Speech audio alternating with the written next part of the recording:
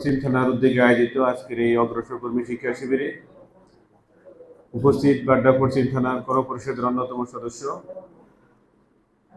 এবং ২১ নং ওয়ার্ডের জামাত মনোনীত কমিশনার প্রার্থী আমাদের একান্ত প্রিয় নুর হোসেন ভাই এবং প্রাণপ্রিয় ইসলামী আন্দোলনের জিন্দাদিল করি ভাইরা, আসসালামু আলাইকুম রহমতুল্লাহি ওয়া বারাকাতুহু। আমরা আল্লাহ রাব্বুল আলামিনের কাছে শুকরিয়া আদায় করছি যে আমরা আল্লাহর জমিনে আল্লাহর দ্বীন কায়েমের প্রত্যয় দীপ্ত কাফেলা শহীদি কাফেলা বাংলাদেশ জামাত ইসলামী ছায়াতলে এসে আল্লাহর জমিনে আল্লাহর বিধানকে প্রতিষ্ঠিত করার লক্ষ্যে ইসলামী আন্দোলনের একজন কর্মী হিসেবে এই ময়দানকে পরিচালনা করার যোগ্যতা এবং দক্ষতা উন্নয়নের লক্ষ্যে আমাদের এই দিনব্যাপী প্রশিক্ষণ কর্মশালা অংশগ্রহণ করার সুযোগ করে দিয়েছেন। এজন্য শুকরিয়া পাঠ করে বলছি আলহামদুলিল্লাহ। দুরূদ ও সালাম প্রেরণ করছি মানবতার মুক্তির দূত, মানবতার মুক্তির দিশারি, যারা নিজ জীবন আদর্শে মানবতার ইহকালীন কল্যাণ পরকালীন মুক্তি সে আদর্শ মহামানব হযরত মুহাম্মদ সাল্লাল্লাহু আলাইহি ওয়াসাল্লামের প্রতি স্মরণ করছি ওই সকল শহীদদের যারা বদর উহুদ থেকে শুরু করে যুগ যুগ ধরে বিশ্বের বিভিন্ন প্রান্তরে নারে তাকবীরের স্লোগানকে মানুষের তৈরি করা আইনকে উৎখাত করে হুয়াল্লাযী আরসালা রাসূলাহু বিল হুদা ওয়া দীনিল হক লিইয়ুযহিরাহু আলা দীনি কুল্লিহি ওয়ালাউ কারিহাল মুশরিকুন। তিনি সেই সত্তা যিনি তার রাসূলকে দুনিয়ায় সত্য জীবন বিধান সহকারে পাঠিয়েছেন মানুষের সকল তৈরি করা মতবাদকে উৎখাত করে আল্লাহর জমিন আল্লাহর বিধানকে সমুন্নত করা। সেই বিধানকে সমুন্নত করার লক্ষ্যে তারা তাদের জীবনের শেষ সম্বলটুকু কোরবানি করে দিয়ে গেছেন। আল্লাহ তাআলা তাদেরকে শাহাদাতের সর্বোচ্চ মর্যাদা দান করুন।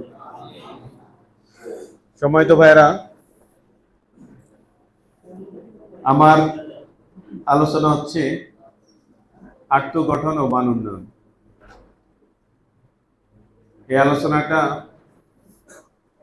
আপনারা অনেকেই একাধিকবার শুনে থাকবেন, যারা ছাত্র জীবনে দায়িত্ব পালন করছেন, অনেক সাবেক দায়িত্বশীল ভাইরাও আছেন।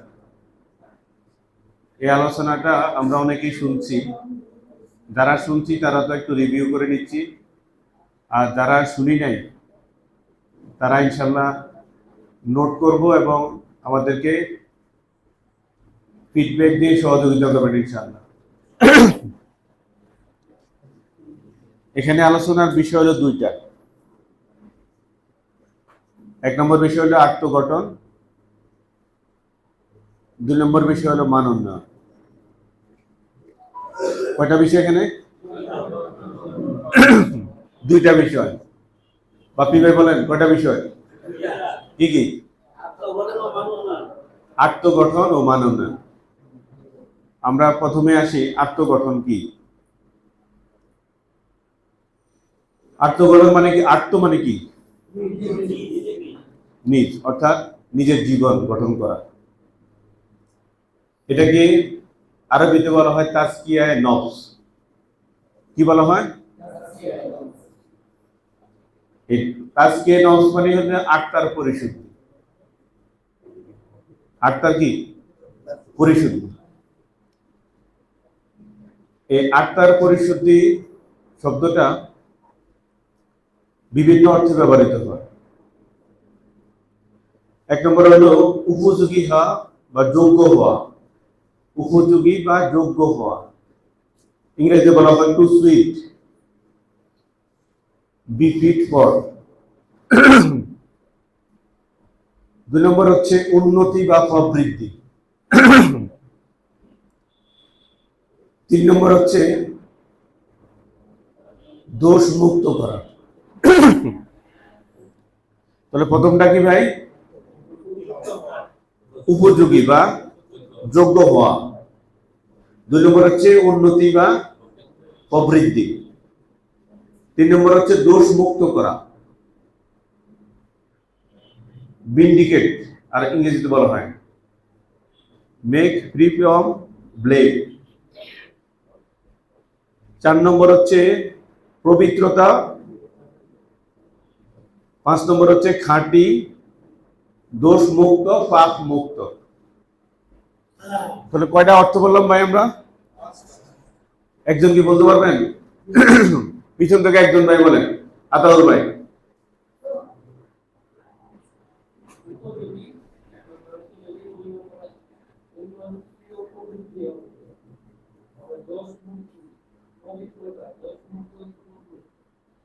জি, তাহলে এই আত্মগঠন মানে হচ্ছে এই 5টা শব্দের বিশ্লেষণ।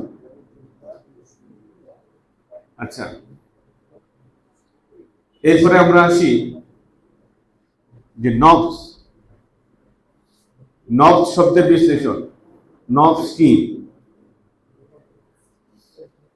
নফস শব্দের অর্থ হচ্ছে প্রাণ, ঠিক না? এটা তো আমরা সবাই জানি। কোরআন শরীফে প্রাণ শব্দ ব্যবহৃত হয়েছে, আরো শব্দ আছে যেটা আমরা সামনে পাবো ইনশাআল্লাহ। নফস বলতে আমরা কেউ কেউ বলতে পারবেন? বলেন, আতাউর ভাই বলেন।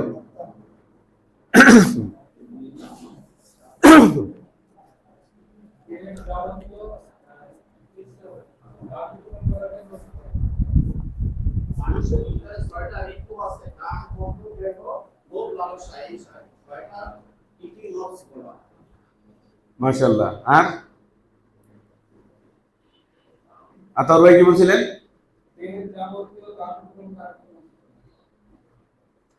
আচ্ছা, দেহের যাবতীয় দাবি, ভালো মন্দ সম্পর্কে কি কোনো চেতনা আছে? হ্যাঁ, সে খিদা লাগলে কি চায়? এবার খাবারটা কি বৈধ না অবৈধ, হালাল না হারাম, যে কোনো ভাবে আমার হইলেই হয়েছে, ঠিক না? কোনো চেতনা বোধ নাই। পিপাসা লাগলে কি খায়? খিদা লাগলে? গরম হইলে কি লাগে? এখন একটু ওই সাইড দিয়ে একটু গরম আছে, বলতেছে যে ঠান্ডা পানি লাগবে, ঠিক না? জি প্রিয় ভাইরা, এটাই হচ্ছে নফস। আপনাদের সবার কাছে তো স্মার্টফোন আছে, ঠিক না? আমরা একটু পার্টিসিপেটরি কথা বলি আর কি। সবার কাছে কি আল কোরআনের অ্যাপসটা কি ডাউনলোড করা আছে? আচ্ছা, তাহলে আমরা একটু সবাই মিলে অংশগ্রহণ করে, এতে করে দুইটা সুবিধা। একটা সুবিধা হলো যে আমাদের ঘুমের ভাবটা চলে যাবে, আর আমরা মানে রিসার্চের বিষয়টা একটু বুঝতে পারবো। এই নফস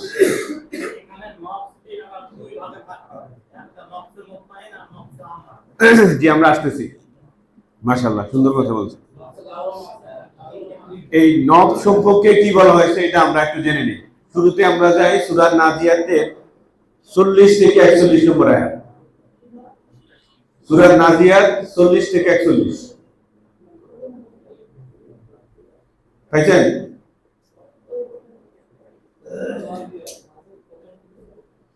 সূরা নাজিয়াত 79 নম্বর সূরা।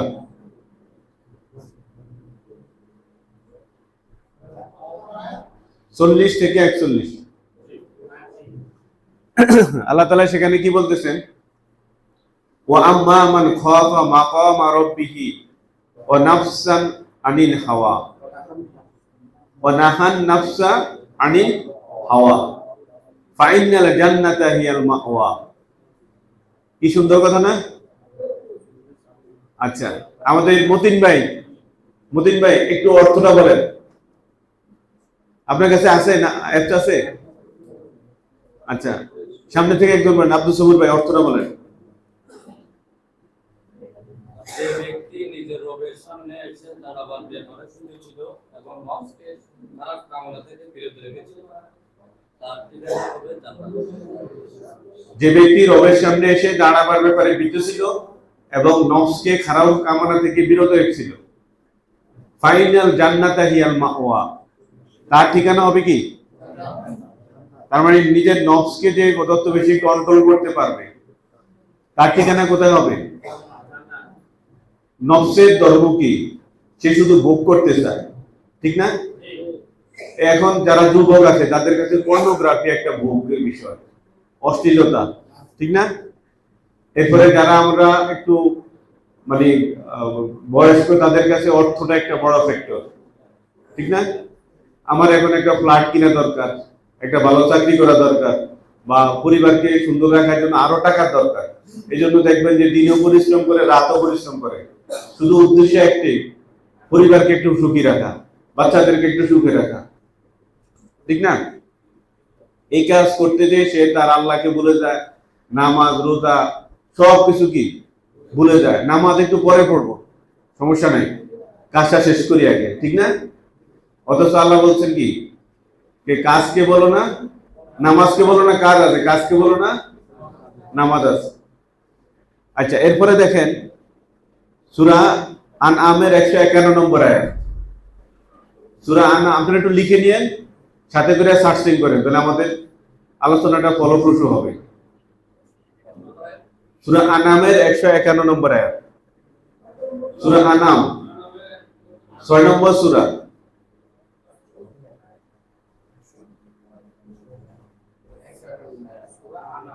জি পাইছেন? 151 নম্বর আয়াত। জি, একজন ভাইকে একটু অর্থ বলতে পারবেন পুরো আয়াতটা? হ্যাঁ, জি, আমাদের হোসেন ভাই।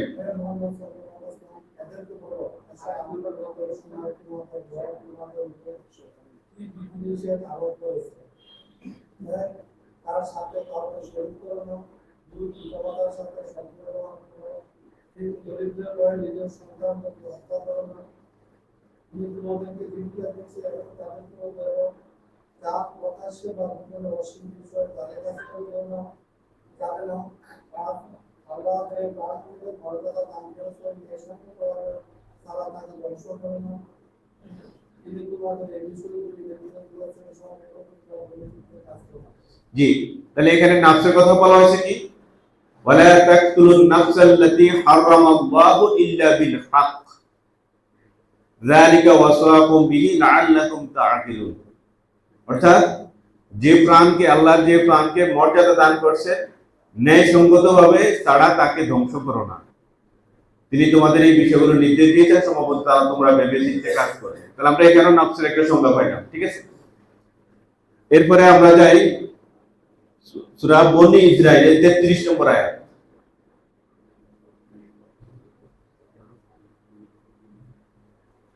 সূরা বনী ইসরাঈলের 33 নম্বর আয়াত। হ্যাঁ, 17 নম্বর সূরা, সূরা বনী ইসরাঈলের 33 নম্বর আয়াত। আমাদের আবু তামিম ভাই পড়তে পারবেন?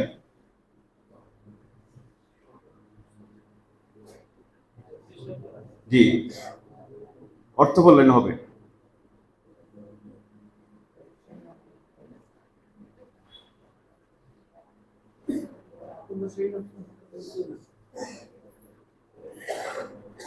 অর্থ বলেন। আল্লাহ যাকে হত্যা করা হারাম করে দিয়েছেন, সত্য ব্যতিরেকে তাকে হত্যা করো। আচ্ছা, ঠিক আছে, ঠিক আছে, এটুকুই। ওয়ালা তাকতুলুন নাফসাল্লাতী হারামাল্লাহু ইল্লা বিল হক। তাহলে সূরা ফুরকানে যা বলছেন, সূরা বনী ইসরাঈলও কি? আচ্ছা, সূরা ফুরকানের 68 নম্বর আয়াত। সূরা ফুরকান 68 নম্বর আয়াত।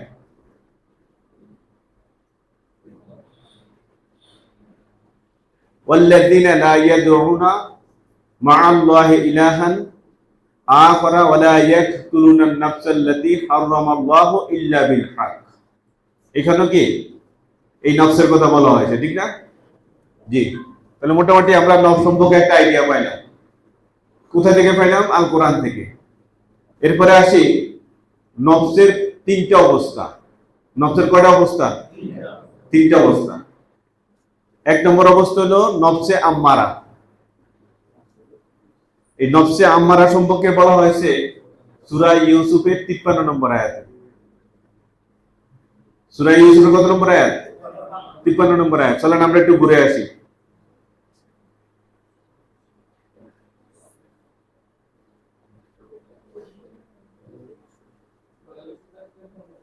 সূরা ইউসুফের 53 নম্বর আয়াত,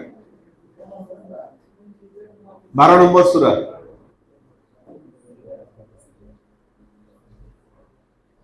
ওমা উবারিউ নাফস ইন্না নাফসাল লাম্মারা, সূরা ইউসুফের 53 নম্বর আয়াত। ওমা উবারিউ নাফসি ইন্না নাফসাল লাম্মারা। এখানে কি বলা হয়েছে? নফসে আম্মারার কথা বলা হয়েছে, অর্থাৎ আমি নিজের নফসকে দোষ মুক্ত করছি না। তার মানে কি এই নফস তো দোষ মুক্ত নাকি? এই নফস দোষ মুক্ত না, এই নফসে আম্মারা হলো সবচেয়ে খারাপ। ঠিক আছে, আমরা যা কিছু অন্যায় কিছু করি এই নফসের এই আম্মারার তাড়নাই করি। বুঝতে পারছেন কিনা?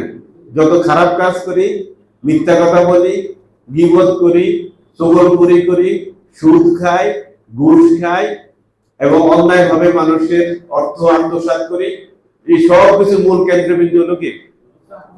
নফসে আম্মারা। ঠিক আছে, তাহলে আমরা কোরআন থেকে জানলাম সূরা ইউসুফের কত নম্বর আয়াত সাইফুল ভাই? 53 নম্বর আয়াত। নাম্বার 2, নফসে লাওয়ামা। এই নফসে লাওয়ামা হলো বিবেক। বিবেক ছাড়া কোনো মানুষ আছে? সে যা কিছু করুক, করার পরে কি করে? একটু অনুতপ্ত হয়। আমরা কিছুদিন আগে একটা ঘটনা দেখছিলাম যে একটা মেয়ে তার হাজবেন্ডকে মেরে ফেলছিল, ঠিক না? যে কেন করছে? তখন আমার আবেগ কাজ করছিল, বিবেক কাজ করে নাই, ঠিক না? এখন আমার বিবেক কাজ করছে। বিবেক কাজ করার কারণে সে বলতেছে যে আমার এখন যা ইচ্ছা শাস্তি দেয়। এই বিবেকটা হচ্ছে কি? নফসে লাওয়ামা। আসেন কোরআন থেকে জানি। সূরা কিয়ামার 2 নম্বর আয়াত।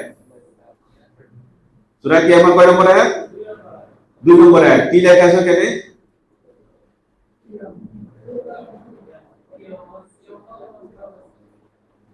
আমাদের হাফেজ সাহেব আছে না সাইফুল ভাই?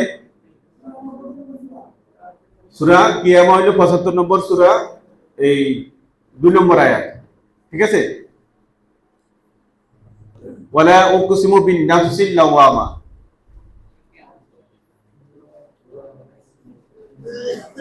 আর না আমি শপথ করছি তিরস্কারকারী নফসের। অর্থাৎ মানুষ যতই খারাপ কাজ করুক, খারাপ কাজ করার পরে তার ভিতরে একটা তাড়না কাজ করে, বিবেক কাজ করে, ঠিক না? যে কাজটা কেন করলো সে লজ্জিত হয়। এই লজ্জিত হওয়াটাই হচ্ছে নফসে লাওয়ামা। সে মাঝামাঝি অবস্থান করে। ঠিক আছে, খারাপ কাজ করলে সে কি করে? তিরস্কার করে। ভালো কাজ করলে সে কি করে? উদ্বুদ্ধ করে। ঠিক আছে, এরপরে আমরা আসি নফসে মুতমাইন।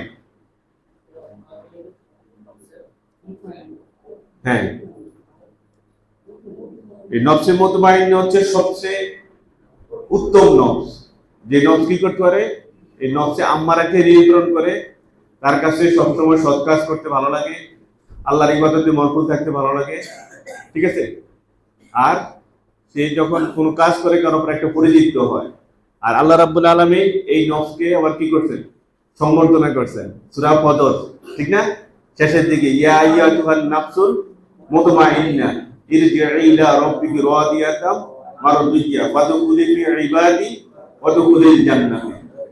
ঠিক আছে, তাহলে সূরা কদরে হচ্ছে 27 থেকে 28। সূরা কদরে 27 থেকে 28। ঠিক আছে, তাহলে আমরা কয়টা নফস পেলাম? 3টা নফস পেলাম। আমাদের সামনে থেকে একজন ভাই বলতে পারবেন? সাইদুল ভাই বলতে পারবেন 3টা নফস কি কি? লিখছেন না?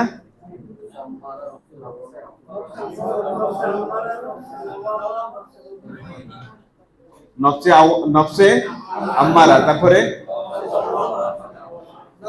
নফসে মুতমাইন্না। জি, এরপরে আমরা আসি এই তাজকিয়া নফসের গুরুত্ব। ঠিক আছে, আচ্ছা, আল্লাহ রাব্বুল আলামিন আল্লাহ রাসূলকে একটা মিশন নিয়ে পাঠিয়েছে, নাকি মিশন ছাড়া পাঠাইছেন? এই মিশনটা কি বলতে পারবেন? হ্যাঁ, দিন বিজয়ের মিশন নিয়ে পাঠিয়েছেন। আমরা এর আগে শুরুতে একটা আয়াত বলছিলাম, সূরা সফের 9 নম্বর আয়াত। মুখস্থ আছে আপনাদের? হুয়াল্লাযী আরসালা রাসূলাহু বিল হুদা ওয়া দীনিল হক লিইয়ুযহিরাহু আলা দীনি কুল্লিহি ওয়ালাউ কারিহাল মুশরিকুন। সূরা তাওবায় বলছেন ওয়ালাউ কারিহাল, আর সূরা ফাতাহ 28 নম্বর আয়াতে বলছেন ওয়া কাফা বিল্লাহি শাহিদা। এই কথা একটাই, তিনি সেই সত্তা যিনি তার রাসূলকে দুনিয়ায় প্রেরণ করছেন সকল মতবাদের উপর ইসলামকে কি করার জন্য, বিজয়ী করার জন্য। তাহলে আল্লাহ রাব্বুল আলামিন আল্লাহ রাসূলকে দুনিয়ায় প্রেরণ করার উদ্দেশ্য কি ছিল? দিনকে বিজয়ী করা। মিশন একটাই ছিল, ঠিক না? মানুষের যত ধরনের মতবাদ আছে সব মতবাদকে উৎখাত করতে হবে। কার মতবাদ প্রতিষ্ঠা করতে হবে? প্রিয় ভাইরা, এই কাজ করতে যে তিনি 4টা কাজ করছেন। এই কাজ করতে যে তিনি কি করছেন? 4টা কাজ করছেন। আমরা জানি সূরা মুদাসসির আল্লাহ রাসূলকে আল্লাহ তাআলা বলছেন ইয়া আইয়ুহাল মুদাসসির কুম ফাআনজির ওয়া রাব্বাকা ফাকাব্বির, হে কম্বল আবৃতকারী জেগে ওঠো, তোমার রবের শ্রেষ্ঠত্ব ঘোষণা করো, ঠিক না? এরপরে তিনি জেগে উঠছেন। সূরা হিজরের 94 নম্বর আয়াতে বলছেন যে ফাসদার বিমা তুকুমারু ওয়া আরিদ আনিল মুশরিকিন, তোমাকে যে নির্দেশ দেওয়া হয়েছে সেটা তুমি কি করো? মানুষের কাছে প্রচার করো। এতে কোনো মানে হিন্দুমনতায় ভঙ্গ না, তুমি তোমার কাজ নিরলসভাবে চালিয়ে যাও। ফাসদার বিমা তুকুমারু ওয়া আরিদ আনিল মুশরিকিন, এবং মানুষ যেন শিরক থেকে মুক্ত হতে পারে, মানুষ যেন শিরকে নিমজ্জিত না হয়। তারপরে তিনি কি করছেন? তারপরে তিনি ঘোষণা করছেন মানুষকে, সূরা ফাতার 158 নম্বর আয়াত, কুল ইয়া আইয়ুহান নাস ইন্নী রাসূলুল্লাহি ইলাইকুম জামিআন আল্লাযী লাহু মুলকুস সামাওয়াতি ওয়াল আরদ লা ইলাহা ইল্লা হুয়া ইউহয়ি ওয়া ইউমীত ফাআমিনু বিল্লাহি ওয়া রাসূলিহি নাবিয়্যিল উম্মি আল্লাযী ইউমিনু বিল্লাহি ওয়া কালিমাতিহি ওয়াত্তাবিউহু লাআল্লাকুম তাহতাদুন। এই ঘোষণা কে দিবেন?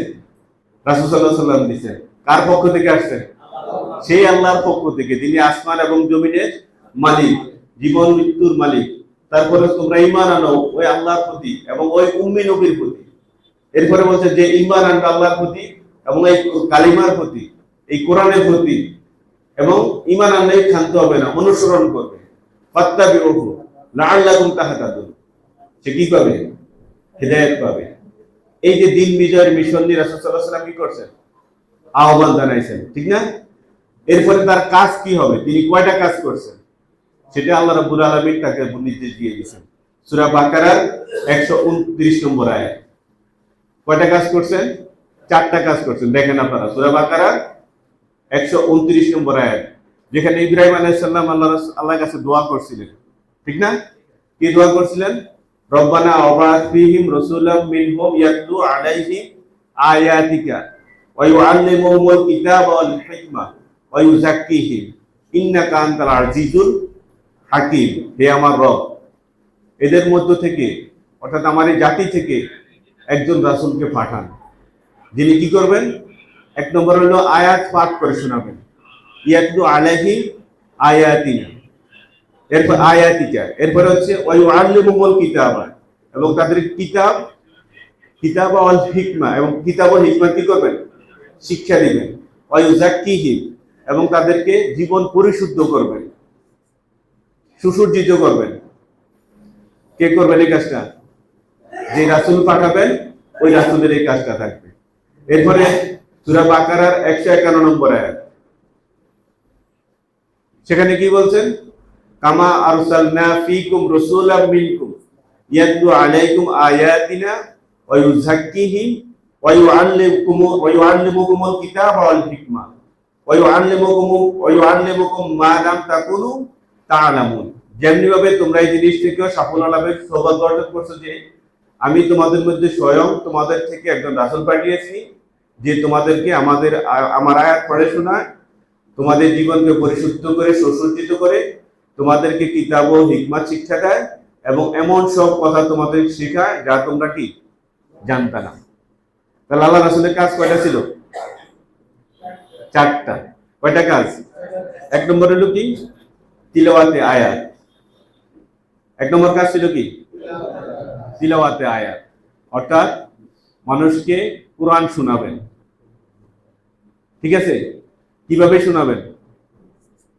আল্লাযীনা আতাইনাহুমুল কিতাবা ইয়াতলুনাহু হাক্কা তিলাওয়াতিহি, তাদেরকে যে কিতাব দেওয়া হয়েছে তারা এই কিতাব হক আদায় করে তিলাওয়াত করবে। এই তিলাওয়াত মানে কি? অধ্যয়ন করা, স্টাডি করা, নাকি? যে ব্যাপারে সূরা মুহাম্মদের 24 নম্বর আয়াতে বলছেন না, আফালা ইয়াতাদাব্বারুনাল কুরআনা আম আলা কুলুবিন আকফালুহা, যে তোমাদের কি হয়েছে, তোমরা কেন কোরআন নিয়ে চিন্তা করো না, গবেষণা করো না, তোমাদের হৃদয়কে তালা মেরে দেওয়া হয়েছে? আম আলা কুলুবিন আকফালুহা, তাহলে কি করতে হবে? তিলাওয়াত করতে হবে, শিখতে হবে, জানতে হবে। কি জানতে হবে? আল কোরআন। এটা ছিল আল্লাহ রাসূলের কি কাজ? প্রথম কাজ। ঠিক আছে। 2 নম্বর হচ্ছে তাজকিয়া। ঠিক আছে, যা শিখছেন সেটা কি করা? আমল করা। ফলবিহীন গাছ আর আমলবিহীন কি? এলেম। আপনি এলেম যতই অর্জন করেন, আপনি যদি সেটা আমল না করেন, তাহলে এই এলেমের কোনো কাজ আসবে? এজন্য আল্লাহ রাব্বুল আলামিন আল্লাহ রাসূলকে বলছেন যে কুল হাল ইয়াস্তাইল্লাযিনা ইয়ালামুনা ওয়াল্লাযিনা লা ইয়ালামুন, যে জানে এবং যে জানে না তারা কখনো এক হতে পারে না। এখন যে জানে তার কাজ কি? নিজে আমল করা এবং সেই অনুসারে আরেকজনকে কি? জানানো। এজন্য আমার আল্লাহ রাসূল হাদিসে কি বলছে? খায়রুকুম মান তাআল্লামাল কুরআনা ওয়া আল্লামা, তোমাদের মধ্যে ওই ব্যক্তি উত্তম যে নিজে কোরআন শিক্ষা অর্জন করে অপরকে শিক্ষা দেয়। এরপর হচ্ছে তালিমুল কিতাব, অর্থাৎ কি? এই যে আমরা যেটা বললাম যে অপরকে শিখানোর জন্য ব্যবস্থা করা, নিজে যা শিখছি তার নিজের মধ্যে সীমাবদ্ধ না রেখে অপরকে শিখানো। এরপর হচ্ছে হিকমা। হিকমা মানে কি? আমি যা শিখলাম সেটা প্রয়োগ করা। আজকে আমরা যদি মুসলিম বিশ্বের দিকে তাকাই, তাহলে কি আমরা কোনো কিছু আবিষ্কার করতে পারি? আমাদের নিজের দেশের কথা বলি যে কলমের একটা নিব, সেটা কি আমরা আবিষ্কার করতে পারছি? তার মানে হচ্ছে ওয়ালা ইয়াহুদ্দু আলা তুআমিল মিসকিন, তারা ইয়াতিম মিসকিনকে খাদ্যদানে উৎসাহিত করে না। একজনে এই আয়াত পড়তেছে, এমন সময় দরজায় এসে মিসকিন নক করছে, তো সে পড়তেছে কোরআন শরীফ, মিসকিন নক করছে দেখে তাকে গিয়ে 2টা থাপ্পড় মেরে দিয়ে আসছে। এখন সে পড়ছে কি আর কাজটা করছে কি? আব্দুল্লাহ ইবনে ওমর রাদিয়াল্লাহু আনহু সূরা বাকারা কত বছর বয়সে মুখস্থ করছেন জানেন? 7 বছর বয়স লাগছে। 7 বছর লাগছে শুধু তার সূরা বাকারা মুখস্থ করতে পারে। এখন প্রশ্ন হলো যে তিনি নিজে আরবি ভাষার মানুষ, কোরআন আরবি ভাষায় নাযিল হয়েছে, তারপরও কেন 7 বছর লাগছে? আর এই কথাই আল্লাহ রাব্বুল আলামিন সূরা কামারে বলছেন, ওয়ালাকাদ ইয়াসসারনাল কুরআনা লিযিকরি ফাহাল মিন মুদ্দাকির, কে আছে তোমরা কোরআন থেকে উপদেশ গ্রহণ করো।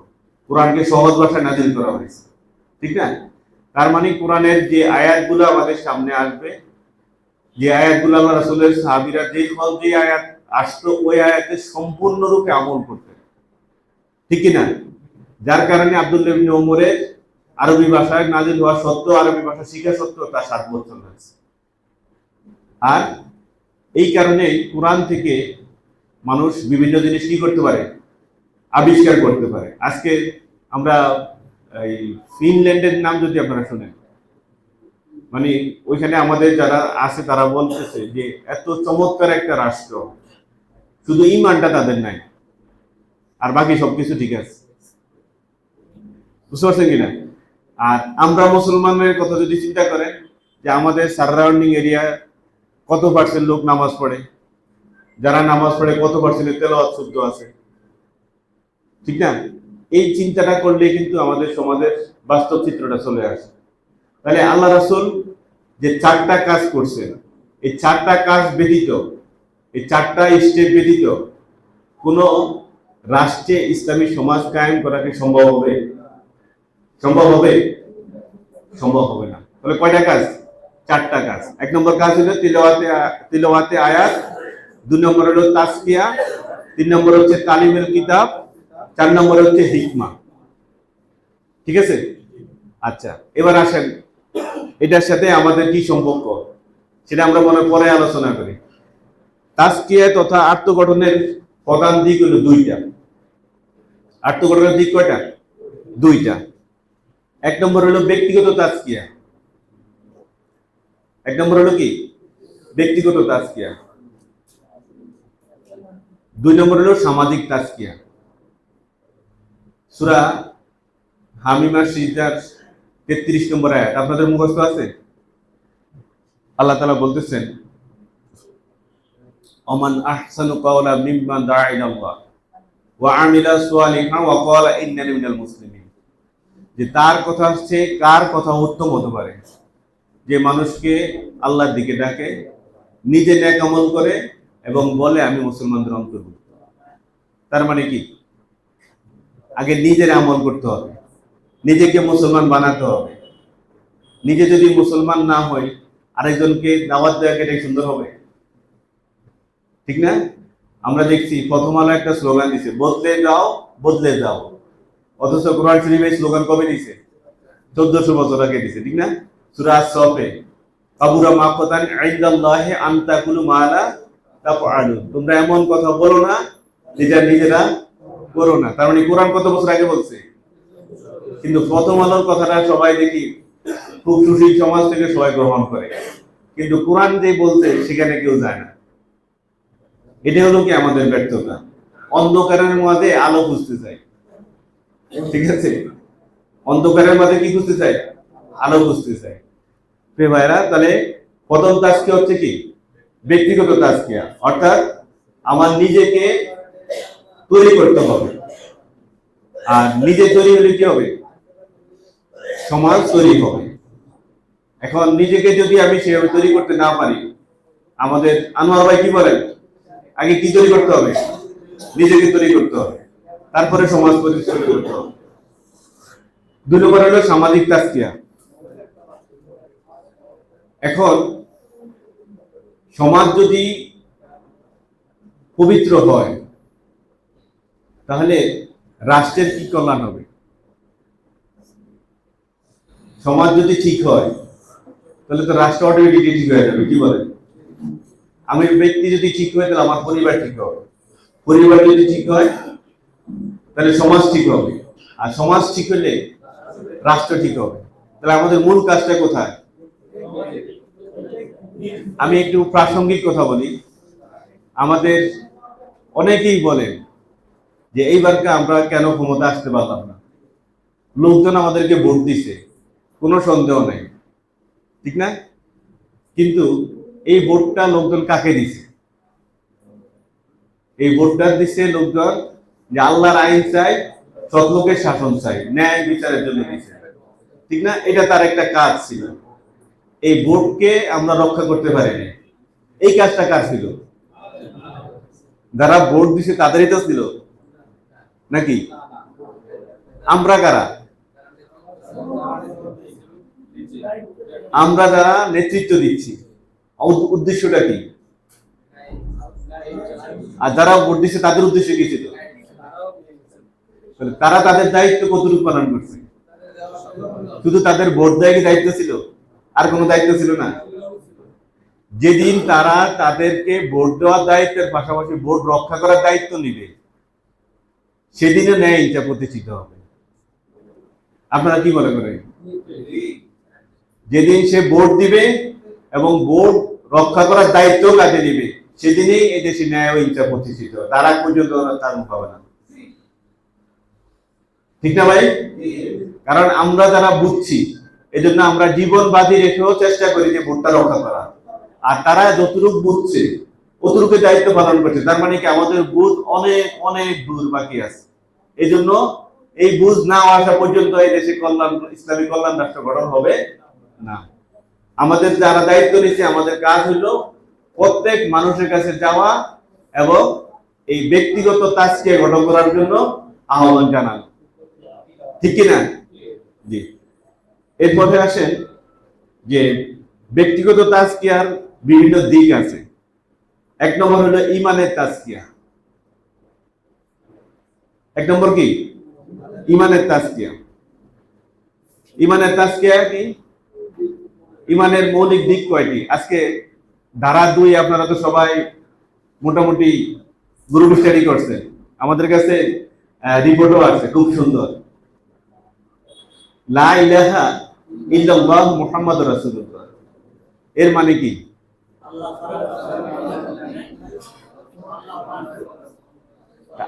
আজকে যারা এই গ্রুপ স্টাডিতে অংশগ্রহণ করছেন, আমার তো মনে হয় এই স্টাডি হওয়ার পরে এখান থেকে কেউ আর যাবেন না। যতই কাজ থাকুক, সব কাজ কি তুচ্ছ, কারণ লা ইলাহা ইল্লাল্লাহ। রিজিকে চিন্তা করা লাগবে না, নাকি পরিবারে চিন্তা করা লাগবে না, এটি দায়িত্ব কার? লা ইলাহা ইল্লাল্লাহ মানে কি? যা কিছু দায়িত্ব কার? আমি কি? আমি তার নাম গোলাম। তো গোলামের হাতে চিন্তা করা কি? গোলামের তো রিজিকের মালিক আছে, ঠিক কি না? তাহলে ইমানের তাজকিয়া হচ্ছে এটাই, তাওহীদ, রিসালাত, আখিরাত সম্পর্কে সঠিক ধারণা এবং মজবুত বিশ্বাস। সঠিক ধারণা এবং মজবুত বিশ্বাস। এখন বলেন তো, আমরা যা আজকে পড়ছি, আমাদের বিশ্বাসটা কতটুকু মজবুত হয়েছে কিনা? এখন যদি বলা হয় যে আজকে যে মিছিল হবে, এই মিছিলে এমনও হতে পারে যে আমাদের 8-10 জন বা 15 জন শাহাদাত বরণ করা লাগতে পারে, কে কে রাজি আছে দেখি? মাশাআল্লাহ। আল্লাহ তাআলা আমাদেরকে দ্বীনের সঠিক বুঝ দান করুন। এটাই হচ্ছে ঈমান। যার ঈমান যত বেশি মজবুত, তার পরীক্ষা তত বেশি মজবুত। আপনারা জানেন যে আমাদের শহীদ কামারুজ্জামান ভাইকে বলা হয়েছিল রাষ্ট্রপতির কাছে প্রাণ ভিক্ষা চাওয়ার জন্য। শহীদ কামারুজ্জামান ভাই কি বলছিলেন? রাষ্ট্রপতি প্রাণ ভিক্ষা দেওয়ার কে? মানে রাষ্ট্রপতি কে প্রাণ ভিক্ষা দেওয়ার? প্রাণ দিচ্ছেন কে? তাহলে তিনি কে? আমি তার কাছে প্রাণ ভিক্ষা চাইবো কেন? বাস্তব হইলেও সত্য যে কামারুজ্জামান ভাইয়ের ফাঁসির আগেই রাষ্ট্রপতি কি গেছে? মারা গেছে। ঠিক আছে? তার মানে কি, ঈমান যত বেশি মজবুত হবে, তার পরীক্ষা তত বেশি কি হবে? মজবুত হবে। এটা দেখবেন কে? আল্লাহ রাব্বুল আলামিন। আহাসিবান নাসু আইয়ুতরাকু আইয়াকুলু আমান্না হুম লা ইফতানুন।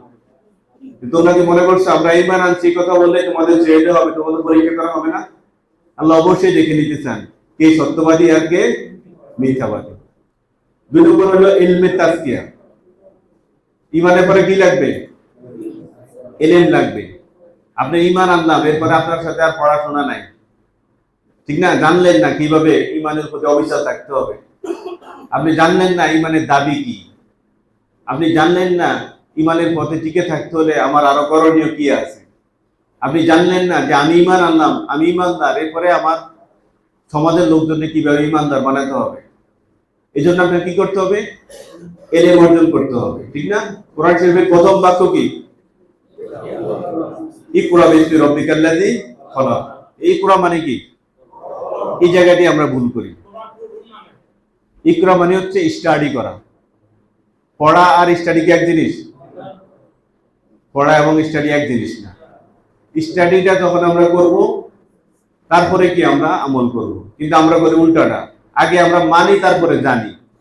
আর কোরআন শরীফ বলছে কি? আগে জানো তারপরে মানো। তাহলে এই জানাটা তোমার কি হয়? মানাটা তোমার কি হয়? যালিকাল কিতাবু লা রাইবা ফি, যে ইহা এমন একটি কিতাব যাতে বিন্দুমাত্র সন্দেহ অবকাশ নাই। কখন? কাদের জন্য? হুদাল্লিল মুত্তাকিন, যারা তাকওয়া অর্জন করে, ঠিক না? তো আপনি যখন জানবেন, তখনই আপনার কাছে মানাটা কি হবে? সহজ হবে। আর যদি না জানেন, আপনি মানেন, আজকে মানছেন, ওই তাবলীগে চিল্লা দেওয়ার মতো 3 মাস চিল্লা যায়, যতক্ষণ থাকে, এরপরে কি আবার যায়, যে সে হয়ে যায়। ঠিক আছে? এই জন্য ইলমে তাজকিয়া। 3 নম্বর হচ্ছে আমলের তাজকিয়া। দেখছেন একটার সাথে একটা কি সম্পর্ক? প্রথম হচ্ছে কি? ঈমান, তারপর হচ্ছে ইলম, তারপর হচ্ছে কি? আমল। আপনি যদি আমল না করেন, তাহলে আপনার এই ইলম কি কোনো কাজে আসবে না, এবং এটার জন্য আরো বেশি শাস্তি পেতে হবে। ঠিক আছে? আমাদের সময় খুব কম, আমি আর বিস্তারিত যাচ্ছি না। এরপরে আমরা আসি আত্মগঠনের প্রয়োজনীয়তা। আত্মগঠনের প্রয়োজনীয়তা 1 নম্বর হচ্ছে আল্লাহর সন্তুষ্টি অর্জনের জন্য। 1 নম্বর কি? আল্লাহর সন্তুষ্টি অর্জনের জন্য। লিখছেন সবাই?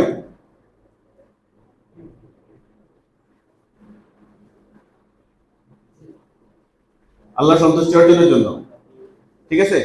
এক্ষেত্রে হলো সূরা আলা 14 নম্বর আয়াত। সূরা আলা কত নম্বর আয়াত? 14 নম্বর আয়াত। ওয়া যাকারা রাসমা রাব্বিহি ফাসাল্লা, এবং নিজের রবের নাম স্মরণ করছে, তারপর কি নামাজ পড়ছে। নামাজ পড়াটা হচ্ছে কি? আচ্ছা, এরপরে হলো 2 নম্বর, ব্যক্তির নিজের সফলতার জন্য।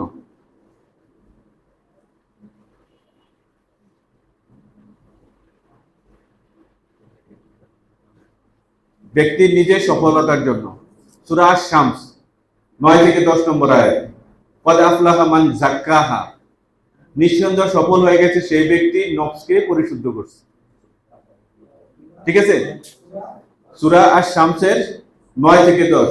ওয়া ক্বাদ খাবা মান দাসাহা, এবং যে তাকে দাবিয়ে দিয়েছে সে ব্যর্থ হয়েছে। অর্থাৎ নফসে আমরা ব্যর্থ হয়েছে, নফসে মুতমাইন্না কি হয়েছে? সফল হয়ে গেছে। ক্বাদ আফলাহা মান যাক্কাহা, ঠিক আছে, ব্যক্তির নিজের নফসের সফলতার জন্য। 3 নম্বর হলো দেশ ও সমাজকে পরিশুদ্ধ করার জন্য। হ্যাঁ, দেশ ও সমাজ, আচ্ছা, সমাজ ও দেশকে পরিশুদ্ধ করার জন্য। একজন ভাই বলছেন এটা হলে সুন্দর হয়।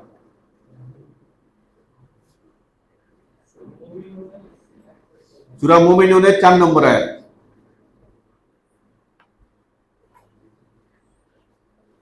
যেমন ওয়াল্লাযীনা হুম লিয-যাকাতি ফাঈলুন, সূরা মুমিনুনের 4 নম্বর আয়াত।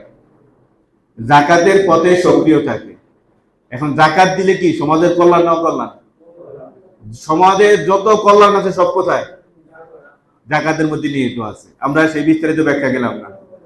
4 নম্বর হচ্ছে পূর্ণাঙ্গ ঈমানদার হওয়ার জন্য। সূরা বাকারা 208 নম্বর আয়াত। এই আয়াত অনেকেরই মুখস্থ আছে, ঠিক না? সূরা বাকারা 208 নম্বর আয়াত, পূর্ণাঙ্গ ঈমানদার হওয়ার জন্য।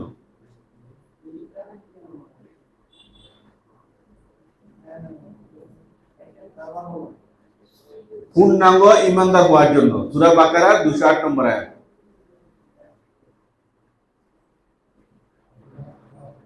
আল্লাহ তাআলা কি বলছেন? ইয়া আইয়ুহাল্লাযীনা আমানু উদখুলু ফিস-সিলমি কাফা ওয়া লা তাত্তাবিউ খুতুওয়াতিশ শাইতান ইন্নাহু লাকুম আদুউম মুবিন। হে ঈমানদারগণ, তোমরা পরিপূর্ণ অবিস্ময়ে প্রবেশ করো, তোমরা শয়তানের পথ অনুসরণ করো না। ইন্নাহু লাকুম আদুউম মুবিন, সে হচ্ছে তোমাদের প্রকাশ্য শত্রু। এরপরে হাদিস শরীফে আল্লাহ রাসূল সাল্লাল্লাহু আলাইহি ওয়াসাল্লাম বলতেছেন, তোমাদের কেউ ততক্ষণ পর্যন্ত ঈমানদার হতে পারবে না যতক্ষণ তার প্রবৃত্তি আমার আনিত আদর্শের অনুসারী না হবে। তার মানে কি, যদি আমরা পরিপূর্ণ ঈমানদার হতে চাই তাহলে আমাদের আল কোরআনকে পরিপূর্ণভাবে কি করতে হবে? মেনে নিতে হবে। 5 নম্বর হচ্ছে আল্লাহর নির্দেশের আওতায় নিজকে শামিল করার জন্য। আল্লাহর নির্দেশের আওতায় নিজকে শামিল করার জন্য।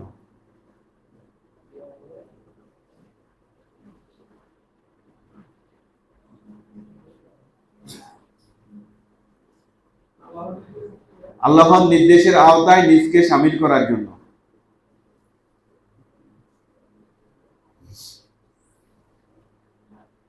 এটা আমাদের সূরা জুমার 2 নম্বর আয়াতে বলেছেন। সূরা বাকারার মতো এখানেও একই কথা। হুয়াল্লাযী বাআসা ফিল উম্মিয়িনা রাসূলাম মিনহুম ইয়াতলু আলাইহিম, 2 নম্বর আয়াত, আয়াতিহি ওয়া ইউযাক্কিহিম ওয়া ইউআল্লিমুহুমুল কিতাবা ওয়াল হিকমা, ঠিক আছে। এরপরে হচ্ছে 6 নম্বর, মানুষের প্রবৃত্তিকে নিয়ন্ত্রণ করার জন্য।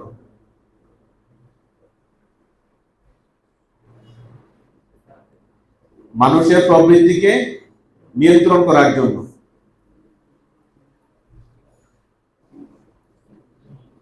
আপনারা লুকমান হাকিমের একটা ঘটনা তো অবশ্যই জানেন, যে তাকে তার মালিক বলছিল যে এই জন্তুটা জবাই করে তার সবচেয়ে ভালো অংশটুকু নিয়ে আসো, ঠিক আছে। সে কি করছে? জবাই করে হৃৎপিণ্ডটা নিয়ে আসছে। এরপরে বলছে যে এই আবার আরেকটা পশু জবাই করে খারাপ অংশটা নিয়ে আসো। তারপরে সে কি করছে? ওই হৃৎপিণ্ডটা নিয়ে আসছে। তো বলছে যে তুমি দুইটারে হৃৎপিণ্ড নিয়ে আসলা, যে এই হৃৎপিণ্ড যার ভালো সে মানুষ হিসেবে কি, আর যার হৃৎপিণ্ড খারাপ সে মানুষ হিসেবে খারাপ। সময় এরা আমার মনে হয় আমার নির্দিষ্ট সময় শেষ হয়ে গেছে। আমি 6 নম্বর হচ্ছে হাদিস, বুখারী শরীফের মুসলিম শরীফের একটা হাদিস, অবশ্যই দেহের মধ্যে এমন একটু গোশত আছে যখন তা সুস্থ থাকে তখন গোটা দেহটাই সুস্থ থাকে, আর যখন তা অসুস্থ হয়ে যায় তখন গোটা দেহটাই অসুস্থ হয়ে পড়ে। আর জেনে রেখো সেটাই হচ্ছে অন্তঃকরণ, বুখারী ও মুসলিম শরীফের হাদিস। ঠিক আছে। এরপরে 7 নম্বর হলো আত্মগঠনের মাধ্যমে আখিরাতের জবাবদিহিতার মাধ্যমে সফলতা অর্জন করা যায়। আত্মগঠনের মাধ্যমে আখিরাতের জবাবদিহিতার মাধ্যমে সফলতা অর্জন করা যায়। যে যত সুন্দর বেশি আত্মগঠন করতে পারবে তার জীবনটা তত বেশি কি আখিরাতমুখী হবে। 8 নম্বর হলো সর্বোপরি আন্দোলনের প্রয়োজনে আমাদের আত্মগঠন করা প্রয়োজন। আমরা যে আন্দোলন করি, এই আন্দোলনকে নেতৃত্ব দিতে গেলে, এই আন্দোলনকে তৈরি করতে গেলে, এই গুণেধরা সমাজকে যদি আমরা পরিবর্তন করতে চাই, স্রোতের বিপরীতে যদি নিজেদেরকে অবস্থান নিশ্চিত করতে চাই, আজকে ঘুষ, সুদ, দুর্নীতি, জেনা ব্যভিচারের বিরুদ্ধে যদি আমরা একটা ইসলামী কল্যাণ সমাজ গঠন করতে চাই, তাহলে আত্মগঠনের আর কোনো বিকল্প কিছু আছে? আমাদের চরিত্রের মাধ্যমে আমরা কি করতে পারবো? মানুষকে প্রস্তুত করতে পারবো। আমাদের চরিত্রের মাধ্যমে মানুষকে দাওয়াতি কাজ করতে পারবো। আমাদের চরিত্রের মাধ্যমেই অমুসলিমরা ইসলামে দীক্ষিত হবে। যদি আমরা সেই চরিত্র আল কোরআন এবং আল হাদিস আলোকে তৈরি করতে না পারি, তাহলে আমরা যতই মানুষকে দাওয়াত দিই, এই দাওয়াত আর মানুষের হৃদয়ে কি খুঁজবে না? খুঁজবে না। তো ভাইরা, আমার সময় শেষ। আবার যদি ইনশাআল্লাহ সুযোগ পাই তাহলে আমি বাকি আলোচনাটা কন্টিনিউ করতে পারবো। ইনশাআল্লাহ আবার দেখা হবে। আমরা পরবর্তীতে ওয়ার্কশপে অথবা পাঠশপের মধ্যে আমরা এই আলোচনাটা করব। আল্লাহ তাআলা আমাদের সবাইকে তার দ্বীনের জন্য কবুল করুন। আর যে আলোচনাটা আমরা করলাম, এই আলোচনাটা যাতে আমরা কোরআন হাদিসের আলোকে নিজেরা মানতে পারি, সে আলোকে জীবন গঠন করতে পারি, আল্লাহ তাআলার কাছে আমাদের সেই তৌফিক কামনা করে আমি আমার কথা এখানে শেষ করছি। ওয়া মা তাওফীক ইল্লা বিল্লাহ। আসসালামু আলাইকুম ওয়া রাহমাতুল্লাহি ওয়া বারাকাতুহু।